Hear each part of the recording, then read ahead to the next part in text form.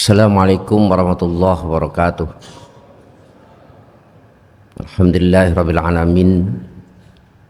Wassalatu wassalamu ala asyrafil anbiya'i wal mursalin Sayyidina Maulana Muhammadin wa ala alihi wa sahbihi wa man tabi'ahu bi ihsanin ila yaumiddin. Amma ba'du. Qala Allah Ta'ala fil Qur'anil Karim wa huwa asdaqul qailin sanastadrijuhum min haitsu la ya'lamun wa qala Allah Ta'ala idan khudhil afwa wa'mur bil 'urfi wa'arid 'anil jahilin. Shadaqallahul azim. Jamaah yang dirahmati Allah Subhanahu wa taala, kita masih membicarakan tentang istidraj. Sebulan yang lalu sudah disampaikan, takutlah min wujudi ihsanihi ilaika. Takutlah akan keberadaan kebaikan Allah kepadamu, wadawami isaatika minhu, yang dibalas olehmu dengan senantiasa berbuat salah, berbuat dosa. Kenapa? Karena kebaikan dari Allah kalau kita balas dengan perbuatan dosa, itu adalah bagian daripada istidraj. Nah, ini yang perlu kita khawatirkan. Karena kalau istidraj itu lebih menyakitkan, ya, sangat menyakitkan sekali. Bagaimana tidak, diangkat, ya, statusnya diangkat, sosialnya diangkat, juga jabatannya, kedudukannya, hartanya melimpah. Ketika sudah berada dalam posisi yang tertinggi, dijatuhkan, dan itu akan lebih menyakitkan. Ya, kita bisa melihat bagaimana ketika satu benda semakin dinaikkan lebih tinggi, maka ketika jatuhnya dia akan lebih memecahkan. Itu hukum alamnya seperti itu, Pak, ya. Kalau orang jatuh dari tangga, ya 2 meter lah, 3 meter, enggak terlalu parah mungkin. Tapi kalau naik pesawat, ya terjun payung, payungnya enggak muka, gimana itu? Udah nggak bisa diharapkan lagi, ya, akan hidup. Nah, kemudian mungkin ada orang berkata, katanya kalau orang diberikan anugerah tapi disertai atau diimbangi dengan perbuatan maksiat, itu istidraj. Buktinya saya, nah ini ada orang yang mengklaim ini. Syatilah mengatakan min jahlil murid ayyusi al adab. Sebagian dari kebodohan seorang murid. Kebodohan seorang murid ayyusi al adab. Dia buruk adabnya. Kemudian saat adabnya itu buruk, fatu'akhkharul uqubatu anhu. Ditangguhkan balasan, ya, atas keburukan akhlaknya tersebut. Ini lebih spesifik daripada yang tadi, tapi bisa jadi umum. Murid itu bisa jadi murid di sekolah, murid di pesantren. Dalam tasawuf yang disebut murid itu seorang yang sedang menempuh perjalanan ruhani kepada Allah dengan bimbingan seorang syekh atau bimbingan seorang mursyid. Itu identiknya nama murid, atau juga disebut salik. Kerjaannya disebut suluk. Nah, si murid kadang-kadang su'ul adab, buruk adabnya. Nah, ketika dia buruk adabnya, terbesitlah dalam hatinya, lau kana hada su'a adabin laqata al imdad wa aujabal bi'ad. Andai kata yang saya lakukan ini kepada guru ataupun kepada orang lain, termasuk suul adab, maka pasti dong Allah akan memutuskan imdad. Imdad itu anugerah. Wa aujabal bi'ad, dan Allah pun akan menjauhkan aku darinya. Tapi kenyataannya enggak tuh. Saya masih bisa sholat tahajud, masih bisa puasa Senin Kemis, masih bisa baca Quran 1 hari 1 juz, ya, dan lain sebagainya. Nah, sedangkan dia tanpa disadari bahwa tanpa disadari oleh dia bahwa dia telah dijauhkan dari apa? Dari anugerah. Para hadirin rahimakumullah, ini yang perlu kita ketahui, apa itu si tasawuf itu sebenarnya. Para ulama mengatakan bahwa inti daripada tasawuf itu adalah al-adab. At-tasawuf wal adab. Tasawuf itu adalah beradab, menjaga etika. Nah, bagaimana adab itu? Rasul sendiri bersabda di dalam satu hadis, ya, beliau mengatakan addabani rabbi fa ahsana taddibi amaroni makarimil akhlak. Telah mendidik, adab itu mengajarkan etika, ya. Addabani rabbi, telah mengajarkan etika kepadaku, Tuhanku sendiri. Fa ahsana ta'dibi, lalu dia membaguskan etikaku. Amaroni bimakarimil akhlak, Allah merintahkan kepadaku dengan akhlak yang mulia. Lalu Nabi mengatakan khudhil afwa wa'mur bil urfi wa'arid anil jahilin. Ambillah itu pemaaf. Wa'mur bil urf, perintahkan yang baik, wa'arid anil jahilin. Surat Al-A'raf ayat 199 ini adalah bagian daripada adab yang diajarkan oleh Allah kepada baginda Nabi Muhammad SAW. Dan Rasul melaksanakannya. Apa itu adabnya? Maafkan. 1, perintahkan yang baik. Yang kedua, berpalinglah dari orang-orang yang bodoh.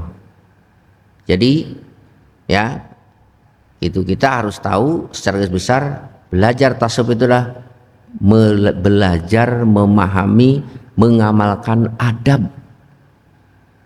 Ya, etika zohir, etika batin yang diajarkan oleh Allah kepada Nabi, oleh Nabi kepada sahabatnya, terus sampailah kepada kita. Jadi tasawuf itu bukan ilmu apa, ilmu baru, ilmu yang sudah ada sejak zaman Nabi, cuma namanya saja yang belum ada, isinya sudah ada. Lah intinya tasawuf itu adab, etika. Bagaimana mungkin dikatakan suatu ilmu yang mengada-ngada? Tidak, Bapak sekalian. Nah, mari kita ikuti adab-adab tersebut seperti apa. Ya. Nah, seseorang itu harus, jadi intinya tasawuf itu harus beradab. Adab kepada siapa? Adab kepada Allah. Pertama itu. Yang kedua, adab kepada manusia. Nah, dari manusia nanti dibagi lagi, adab kepada orang yang paling dekat dengannya. 1, orang tua. Yang kedua, adab kepada gurunya. Nah, misalnya sekarang adab kepada Allah dulu. Salah satu dari sekian adab kepada Allah, ini banyak sekali, ya. Adab kepada Allah disebutkan oleh para ulama tentang sebagian daripada adab kepada Allah itu, yaitu adamul i'tirad. Ini yang paling utama. Tidak menentang, ya. Tidak protes. Adab kepada Allah itu terhadap apa yang Allah tentukan, Allah skenariokan kepada kita, ya. Jadi apapun yang Allah setting kepada kita, ya, menjadikan kita sebagai posisi seperti ini, itu harus diterima dengan penuh keikhlasan dan kesadaran, karena ridho terhadap apa yang dikehendaki Allah bagian daripada rukun iman. Nah, kita kadang-kadang suka protes, kenapa begini kok begitu? Nabi sendiri yang mengajarkan kepada kita untuk adab kepada Allah dengan tidak protes. Kata Nabi, hati-hati, setan itu akan masuk. Saya lupa lagi ini hadisnya. Pasti ini ada. Pernah saya baca hadisnya dalam kitab Riyadhus Shalihin. Ya. Salah satunya kalimat yang bisa dikatakan sebagai protes adalah kalimat kalau. Hati-hati dengan kalau. Lau. Kalau bahasa Arabnya lau. Karena kalau itu merupakan bagian dari pintu setan yang masuk kepada kita. Coba kalau begini, mungkin tidak begitu. Ini sih begini, jadinya begini. Nah, itu bagian daripada bentuk protes. Ya. Lalu bagaimana? Nah, bapak-bapak sering mendengarkan qaddarullahu lak. Sering kan mendengar suatu teman-teman kita mengatakan sudah mentakdirkan Allah. Udah beres. Itu adab kepada Allah diantaranya tidak menyangka ya terhadap apa yang telah ditentukannya. Pernah kan dengar qaddarullah, semoga Allah mentakdirkan kepadamu. Ya, karena kalimat lau itu adalah bentuk daripada. Nah, itu tasawuf begitu diantaranya, adab kepada Allah, tidak protes. Ya. Kemudian juga tidak suka mengeluh. Ya. Itu bagian daripada adab kepada Allah. Ada salah seorang seorang wali lah kata-kata, adnabtu dzanban fa ana abki alai mundu sittina sanah. Ini seorang murid, seorang salik mengatakan, aku berdosa cuma satu kali, tapi aku menangisi dosa tersebut mundu sittina sanah, sejak 60 tahun. Aduh, menangisi dosa ya sejak 60 tahun yang lalu. Ya. Wa qad kana ijtahada fil ibadah li ajli taubat, dan aku bersungguh-sungguh untuk mentaubati dosa tersebut. Orang-orang pada bertanya, wa ma hiya, apa dosanya sih sampai menangisi dosa tersebut 60 tahun dan ibadah sungguh-sungguh supaya dihapus dosa-dosa tersebut? Qultu marratan li syai' laitahu kana. Aku cuma dulu pernah berkata kepada sesuatu, laitahu kana, pengennya sih ya tidak seperti ini. Nah, kalau Allah jadikan seperti itu, ya baik sekali kayaknya itu sudah merupakan apa bagi orang yang tingkat ya ilmunya, imannya tinggi kepada Allah, merupakan satu dosa. Kenapa? Karena bentuk protes. Ya. Nah, mungkin kita begini Pak, usaha dari pagi sore bekerja dan sebagainya, kok hasilnya begini ya, apa artinya sholat duha ini?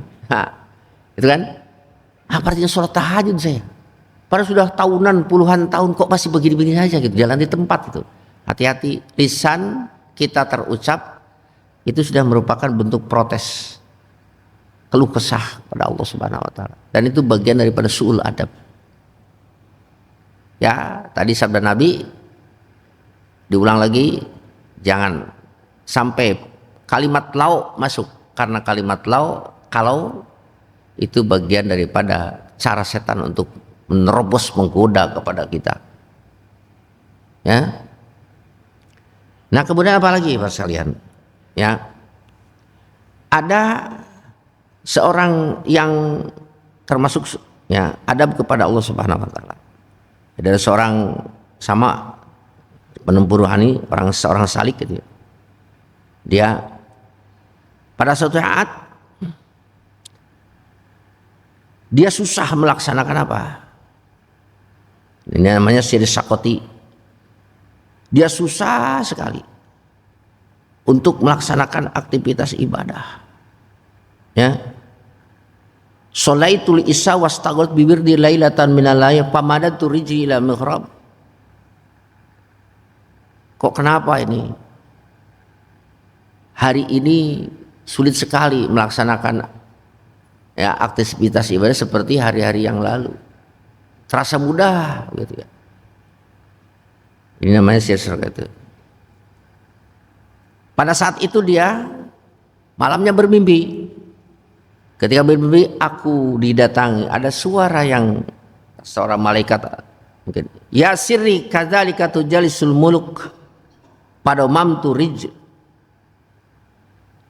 Ternyata dalam mimpi itu ada yang mengingatkan kepada, hei sirri, pantaskah engkau menjulurkan kaki ketika berada di masjid, sedangkan yang di hadapanmu itu adalah apa? Jalla Jalaluh, Allah yang Maha Agung. Dari sejak itu, kata beliau, la madadtu rijli abada, aku tidak pernah menjulurkan kaki ke depan ke arah kiblat. Nah itu Pak, ini salah satu adab juga kepada ketika kita beribadah, misalnya ya contohlah doa, kemudian baca Quran dan sebagainya. Itu kalau kita menjulurkan kaki ke depan itu seolah-olah kan kita kiblat ke sana, bukan berarti Allah di sana.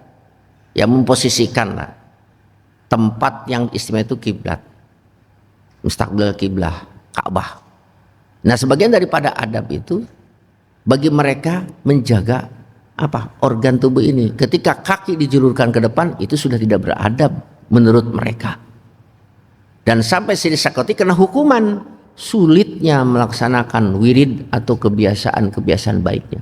Dia bertanya, kenapa ini mau baca Quran malas, ya itu mau zikir balas, mau istighfar balas, mau sholat balas. Nah untung ditegur malamnya oleh Allah, ditegur yang negur, pantaskah kau julurkan kakimu. Dari sejak itulah dia insaf, tobat. Nah para hadirin rahimakumullah, kemudian ini saya ambil singkat-singkatnya saja, hingga dikatakan dia baqi arba'ina sanatan mamad dari rijlan lailan wala naharon. Kata Junaid al-Baghdadi, muridnya, guruku sejak itu 40 tahun kemudian tidak pernah menjulurkan kakinya baik siang maupun malam ke arah kiblat. Karena ingin apa? Tetap menjaga adab kepada Allah. Nah kita sekarang baca Quran sambil tiduran. Aduh ya, itu udah tiduran sambil rebahan. Ya, lah ini kan Quran. Ya Quran itu siapa? Kalamullah. Mungkin saya pernah menyampaikan, kalau engkau ingin diajak bicara oleh Allah, bacalah Quran. Kalau engkau ingin bicara kepada Allah, berdoalah. Kalau engkau ingin bercakap-cakap dengan Allah, sholatlah.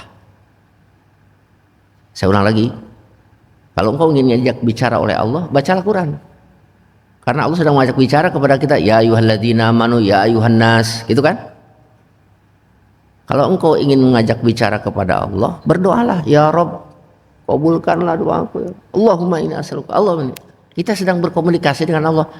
Kalau kita ingin bercakap-cakap, kedua belah pihak, sholat. Karena ketika sholat kita sedang berkomunikasi dengan Allah, bermunajat dengan Allah. Oleh karena itu Quran pun dijaga adabnya, karena kita sedang diajak komunikasi oleh Allah. Suka ada kan baca Quran rebahan gitu, sambil gini, ya kaki ke atas gitu, tiduran. Emang koran baca Quran. Jaga adab. Ini kita sedang diajak bicara oleh Allah. Duduk, menghadap kiblat, pakai leker, bacanya tartil, Bismillahirrahmanirrahim, alhamdulillah. Terus enak. Itu adab, Pak. Dan itu ada bagian daripada tasawuf. Ya. Kemudian lagi hadirin rahimakumullah, ya, adab tidak hanya kepada siapa, tapi adab kepada Allah, adab juga kepada manusia.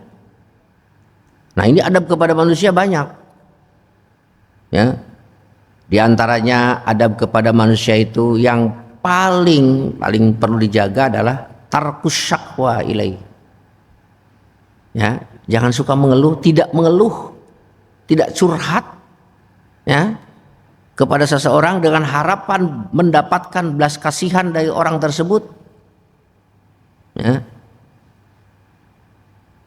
Nah kemudian dari belas kasihan itu Tidak bisa juga dengan curhat orang berbelas kasih kepada kita lalu kita minta kepadanya. Sudah saya sampaikan, orang yang mengharapkan ya perhatian dari orang lain, mengharapkan pemberian dari seseorang, itu seolah-olah orang itu tidak percaya rezeki Allah itu datang tanpa diminta. Seolah-olah dia meragukan tentang rezeki. Sedangkan kalau meragukan rezeki itu bisa berakibat ragu kepada Ar-Razzaq, sang pemberi rezeki. Maka yang yakin Allah sebagai Ar-Razzaq, pemberi rezeki, yakin betul bahwasanya Allah telah menebarkan rezeki dan sudah memplot rezeki itu sesuai dengan jatahnya masing-masing, maka tidak akan ada dalam hati ini berharap apalagi meminta dengan paksa kepada orang lain. Ya, jadi ada dua hubungan Adam kepada Allah, Adam kepada manusia. Nah, para hadirin rahimakumullah, oleh karena itulah ini Adam kepada manusia diantaranya. Jadi sebagian dari tarkul adab, meninggalkan adab itu ada keluhan. Ya. Belum lagi ada berikutnya tarkul adab, ada suudzon, berburuk sangka kepada orang lain. Sebagian aja. Ada seorang Sultanul Tasawuf namanya Junaid Al-Baghdadi. Mungkin Bapak pernah mengenal ya, Junaid Al-Baghdadi. Dulu kata dia nih cerita nih, berburuk sangka sama orang lain. Kuntu jalisan fi masjid. Dulu aku duduk di masjid. Antajiru janazatan usolli alaiha.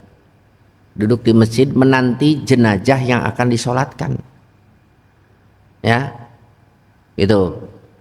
Nah, ketika aku duduk di masjid menanti seseorang yang akan disolatkan, ada seseorang yang minta-minta, gitu. Ya, mintalah. Ada seseorang yang minta kepada orang lain, tolong minta. Ngemis lah, tapi nggak ngemis terus-terusan ke tiap orang. Dia melihat seseorang yang mengemis. Junaid Al-Baghdadi seorang yang dijadikan barometer dalam tasawuf mengatakan dalam dirinya, lau amala hada amalan yasunu bi nafsahu lakana ajmala bi.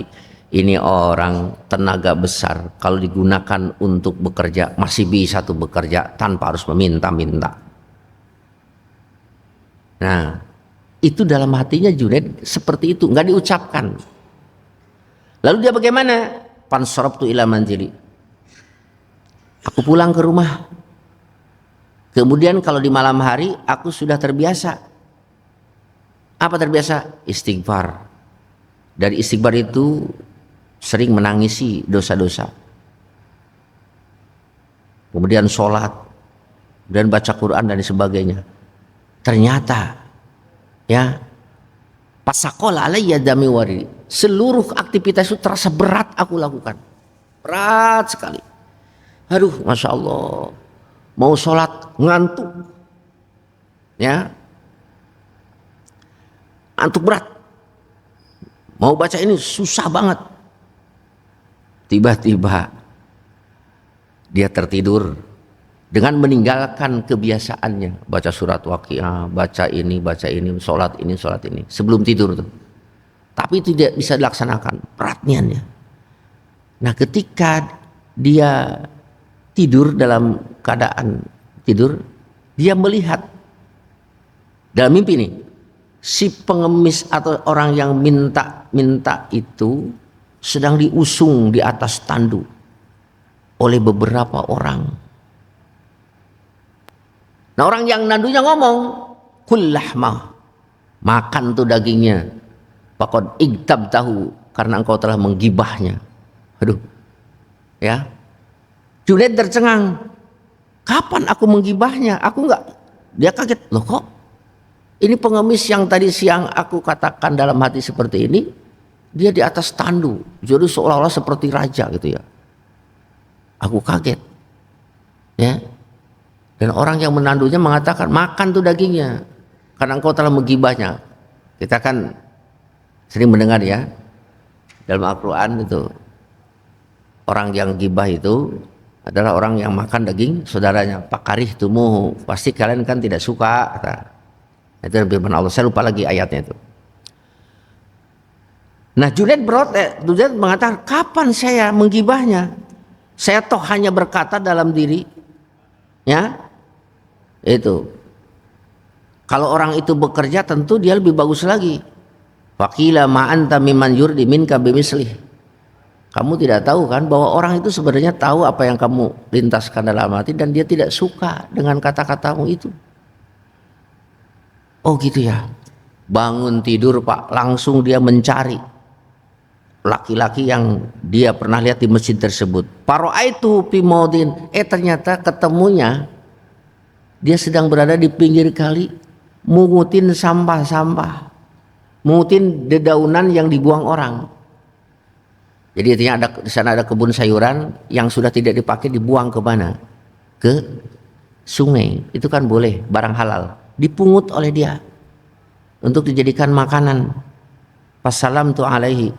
Aku ucapkan salam kepadanya. Ketika salam, langsung dia mengatakan, "Hei Junaid, aku sudah maafkan kesalahan engkau." Belum bicara sudah seperti. Ternyata apa yang dapat kita perhatikan? Ini orang bukan sembarang orang. Si laki-laki tadi. Jadi oleh karena itu apa yang dapat kita petik dari sini, jangan berburuk sangka kepada seseorang hanya karena penampilannya. Bisa jadi dia minta cuma satu kali itu untuk menghilangkan siapa dia, yang akhirnya dianggap oleh orang lain orang itu adalah orang buruk, orang tidak baik, sehingga tidak ada pujian kepadanya. Ini yang paling disenangi oleh mereka. Orang lain senang pujian, dia senang cacian. Orang lain senang sanjungan, dia tidak senang bersanjungan. Artinya minimalnya tidak ada sisi pujian kepada orang tersebut. Nah dari situlah Junaid al-Baghdadi dididik oleh orang tersebut, jagalah adab kepada manusia. Dan kita pun diajarkan oleh baginda Nabi Muhammad SAW tentang pentingnya kita berbaik sangka kepada orang lain. Para hadirin rahimakumullah, masih ada ini. Ya, tentang bagaimana berburuk sangka. Ketika berburuk sangka kepada orang lain, sebagian dari bagian dari su'ul adab disebutkan adalah ketika seseorang ya ayyatasaddaru lit ta'lim wal hidayah, ketika orang selalu ingin muncul tampil di depan. Ya, di dalam hal apa? Di dalam hal udah saya yang ngajar. Siap. Nah, selalu tampil, ingin menampilkan jati diri sebagai orang yang alim, selalu ingin tampil ketika dia mahabbatul istidbar, ingin banyak diikuti orang, ya, ingin memiliki kedudukan, kemudian kalau bicara di hadapan orang lain diterima, kemudian dia juga ketika berkumpul selalu dimuliakan, ditempatkan di tempat yang sini Pak, aduh pengennya begitu ya, di sini tempatnya, oh ini sudah ada bersedia. Kalau ketemu orang lain, orang itu selalu ingin cepat ya, dipenuhi keinginannya, ya. Intinya ketika orang ingin segera selalu dihargai oleh seseorang, itu bagian daripada su'ul adab, ya. Nah oleh karena itu di dalam tasawuf, ya, salah satunya daripada ajarannya itu jangan mengharapkan untuk mendapatkan prioritas dari orang. Apapun prioritas itu, ya, apakah ditampilkan di depan, dihidangkan makanan yang enak-enak seperti pejabat kan gitu, silakan Bapak, ini porsinya sudah ada. Ya, nggak mau yang seperti itu. Pengennya ya biasa aja lah dengan orang-orang yang awam, walaupun dia itu adalah seorang yang alim.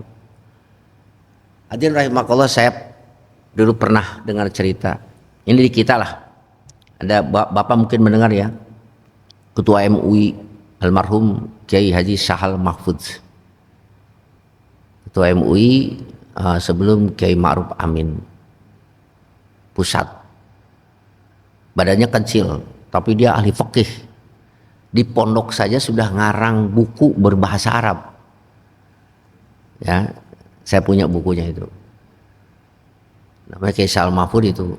nggak pernah sekuliah, tetapi dia mendapatkan beberapa gelar doktor honoris causa. Makanya diangkat jadi ketua MUI pusat tuh. Orangnya berpenampilan kecil, ya. Itu kalau apa? Kalau jalan, ya. Pernah satu saat dia masuk ke arena acara. Ketika masuk arena acara, itu para petugas keamanan termasuk Banser itu nggak tahu bahwa dia itu kiai besar, ya. Dia tidak tahu bahwa dia kiai besar. Dia sedang menunggu. Tadi tunggu ya, Kiai Sahal Mahfud. Ya siap. Pas datang dia nggak diketahui oleh orang bahwa dia itu Kiai Sahal yang ditunggu-tunggu. Cuma pakai sorban segini, pakai sarung, pakai sendal. Diusir. Mau masuk nggak boleh. Ini untuk Kiai Sahal. Dia tidak mengatakan aku Kiai Sahal, enggak. Ya udah kalau nggak boleh, nggak boleh ya nggak apa-apa. Ya ini nggak boleh, ini steril untuk Kiai Sahal. Ditolak Pak. Terus kayak mah duduk aja di pinggir itu, di pinggir ada tukang kopi, minum kopi di situ sambil duduk aja gini. Pas panitia datang, mana ini Kiai Sahal, katanya sudah datang, ada telepon dari ajudan datang. Sudah datang ke arena tapi kok nggak ada. Kamu lihat nggak? Saya dari tadi nggak lihat itu. Yang saya lihat kakek-kakek itu pakai sarung. Mana itu? Waduh, langsung sama komandan. Ya kalau mungkin orang itu ya, kamu itu Kiai Sahal. Wah, saya nggak tahu. Langsung disambut. Kiai, udah ditunggu. Kenapa kayaknya masuk? Ya tadi kan orang itu Banser itu, ini tempat untuk Kiai Sahal. Dia nggak tahu saya Kiai Sahal. Ya udah saya duduk aja. Nah, itu salah satu adab. Tidak cari kualitas ketenaran. Lihat Gus Baha Pak. Gus Baha itu orang apa? Orang alim. Luar biasa. Quran sudah hafal dan tafsirnya. Sekarang dia lagi sudah menghafal Bukhari Muslim, bahkan Kutubus Sittah katanya. Sedang berjalan. Tapi lihat sederhananya. Ya. Luar biasa. Di kami itu orang yang sangat dikagumi. Karena tidak cari prioritas, tapi Allah memprioritaskan dia. Nah itu salah satu daripada adab. Kalau sekarang kan baru aja tahu 1-2 ayat sudah langsung pengen tampil gitu ya. Ini adab seorang apa? Kemudian lagi, sebagian daripada sul adab adalah bagi seorang murid ketika dia berhadapan dengan gurunya, kemudian gurunya melakukan sesuatu, dia melontarkan kata-kata 5. Kenapa? Nah, kenapa ya kok guru saya begitu? Hadirin rahimakumullah. Man qala li ustadzihi 5, ketika seseorang berkata kepada guru ruhaninya, mengatakan 5, kenapa kok guruku begini ya? Pakaiannya kok begini? Kenapa sholatnya begitu? La yuflih, dia tidak akan beruntung. Dia gagal hubungan muridnya dengan guru tersebut. Bapak sekalian, masih banyak ya tentang adab. Intinya begini, adab ini adalah bagian daripada ajaran ataupun bertasawuf. Jadi kalau ditanyakan kenapa bertasawuf, saya ingin beradab, itu aja. Sekarang ingin beradab. Nah salah satunya adabnya itu diantaranya kita Riyadhus Shalihin. Jadi kalau kita ingin kalau Bukhari Muslim kan terlalu besar, banyak di situ. Ustaz, bagaimana saya ingin beradab seperti Nabi Muhammad SAW? Ya pelajarilah sabdanya, sebagaimana yang tertera di dalam kitab Riyadhus Shalihin. Itu adab yang ada di situ. Udah laksanakanlah itu. Sudah bagian daripada cukup untuk beradab. Demikian barangkali atas kehilafan dan kekurangannya mohon maaf. Wallahu muwaffiq ila aqwamit thoriq. Assalamualaikum warahmatullahi wabarakatuh. Waalaikumsalam warahmatullahi wabarakatuh. Jamaah rahimakumullah, demikianlah apa yang disampaikan oleh guru kita pada pagi ini, begitu panjang, begitu gamblang, wabil khusus mengenai adab ya. Jadi adab kita kepada Allah, adab kita kepada sesama manusia, yang mudah-mudahan tadi menambah keapikan kita dalam kita beradab kepada Allah dan juga kita memperbaiki adab kita kepada sesama kita. Jamaah rahimakumullah, mungkin dari pemaparan tadi ada yang belum jelas ditanyakan kepada guru kita, mangga. Dari ibu-ibu ada yang tanyakan? Pak, ada yang tanyakan? Udah mengerti ya Pak ya? Alhamdulillah. Baik Kiai, mungkin nggak pagi ini nggak ada satu.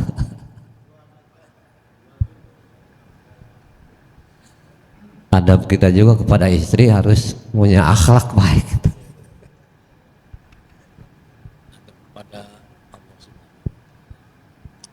Bismillahirrahmanirrahim. Assalamualaikum warahmatullahi wabarakatuh. Waalaikumsalam.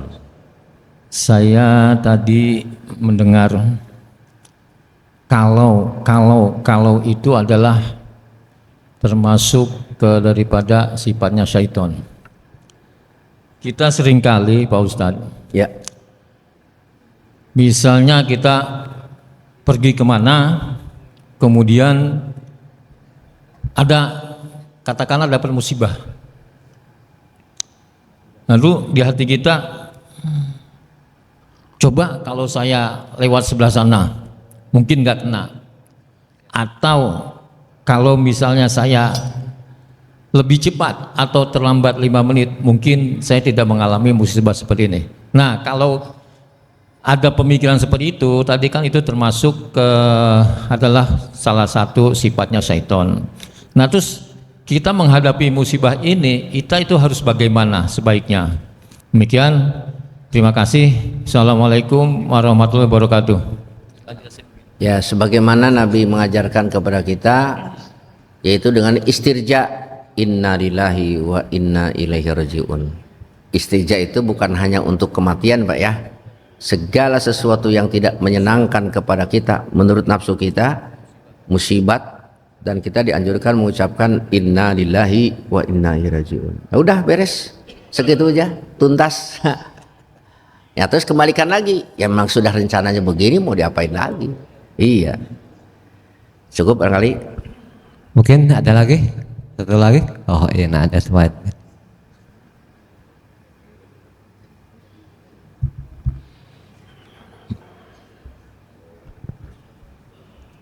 Bismillahirrahmanirrahim. Assalamualaikum warahmatullahi wabarakatuh. Tadi saya mendengar soal qadarullah ya Pak Ustadz. Bagaimana ketika kita melakukan sebuah khilafan Pak Ustadz, apakah itu sebuah qadarullah, misalnya kita berbuat dosa atau seperti itu. Nah, bagaimana sikap kita setelah kita melakukan khilafan itu? Ya. Yang kedua, berkaitan dengan adab tadi, kayak misalnya tadi kita tidak boleh menjulurkan kaki ke arah kiblat gitu kan. Terus saya juga pernah mungkin dengar kalau wudhu juga nggak boleh membelakangi kiblat gitu. Nah, sedangkan di masjid kan kadang suka ada tempat wudhu yang membelakangi kiblat, itu seperti itu. Nah, itu bagaimana sikap kita gitu Pak? Ya. Terima kasih. Wassalamualaikum warahmatullahi wabarakatuh. Yang pertama tadi yang berhubungan dengan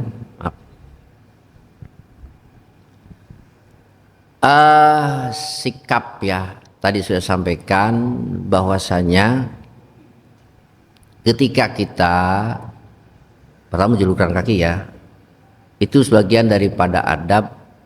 Ketika wudhu juga sama. Nah, pertama dulu, wudhu itu dianjurkan menghadap kiblat. Dianjurkan menghadap kiblat. Jadi kalau kita wudhu, cari tempat yang bisa menghadap kiblat. Oh, ternyata nggak ada. Memang posisi seperti ini. Ya, itu bukan kesalahan kita, tapi kesalahan mungkin tempatnya yang memang disettingnya seperti itu. Misalnya kalau kita di rumah, itu kan tidak urgen ya. Nah, itu dalam keadaan urgen diperbolehkan tidak menghadap kiblat. Kalau sebaiknya di rumah itu ya wudhu, kerannya posisinya di sebelah sana, kita bisa menghadap ke kiblat. Ya. Nah, kemudian lagi tidak hanya itu saja, baca Quran, berdoa juga menghadap kiblat. Itu adab. Ya. Nah, biasanya kalau orang kalau orang tidak beradab, tidak menjaga adab gitu, tarkul adab, tarku sunnah, nanti biasanya kalau tidak menjaga adab otomatis bisa meninggalkan sunnah. Ya, sunnah itu sebenarnya apa yang dijalankan oleh baginda Nabi Muhammad SAW. Nah, terus kita tadi yang kedua apa? Masalah berbuat dosa. Allah berbuat kullun min indillah, semuanya dari Allah. Susah senangnya Allah yang menciptakan, sakitnya Allah yang menciptakan, taat maksiat pun yang menciptakan Allah.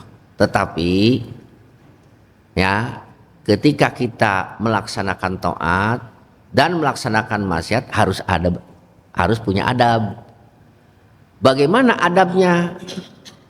Walaupun itu semua dari Allah, jaga adab, jangan dijadikan apa? Ya, alasan berbuat maksiat. Ada orang nih, kenapa kamu maksiat? Oh, kamu jangan protes, ini kan sudah takdir Allah. Nah, itu tidak beradab. Bagaimana adabnya? Bertobat. Ya, kalau yang buruk-buruk sandarkan kepada kita, kenapa kamu berbuat maksiat? Jangan mengatakan takdir Allah, walaupun ia hakikat dari Allah. Itulah ya sebagian daripada suul adab. Bagaimana? Ya, saya tadi begini Pak, hilaf, saya digoda, akhirnya saya berbuat dosa. Nah, itu sandarkan kepada saya, lalu kita tobat. Begitupun kalau berbuat baik, berbuat taat, sandarkanlah kepada Allah. Itu adabnya. Gimana? Alhamdulillah saya berobat, Allah sembuhkan penyakit saya. Nah, itu adab. Kalau sakit, ini gara-gara makan ini nih saya jadi sakit lagi nih. Jangan menyalahkan, ini gara-gara Allah mentakdirkan saya untuk makan jengkol sekian, jadi saya dijengkolin, atau misalnya begitu ya. Yang buruk-buruk jangan. Itu sebagian dari adab Pak kepada Allah, yaitu tidak menyadarkan keburukan kepadanya, tapi menyadarkan kebaikan kepada Allah. Kalau berbuat buruk, sandarkan kepada kesalahan kita, ya, itu yang disalahkan kita. Itu diajarkan oleh Nabi Ibrahim alaihissalam, ya, diantaranya. Cukup barangkali Pak, ya. Jazakumullah. Ya, demikianlah pengajian kita ta'lim berapa kali ini, begitu banyak, mungkin luas sekali. Mudah-mudahan ini bisa kita sehari demi hari akan memperbaiki adab kita khusus kepada Allah dan kepada sesama. Demikianlah jamaah rahimakumullah, mari sama-sama kita akhiri ta'lim kita dengan sama-sama kita membaca doa kepada majlis. Subhanakallahumma bihamdika asyhadu an la ilaha illa anta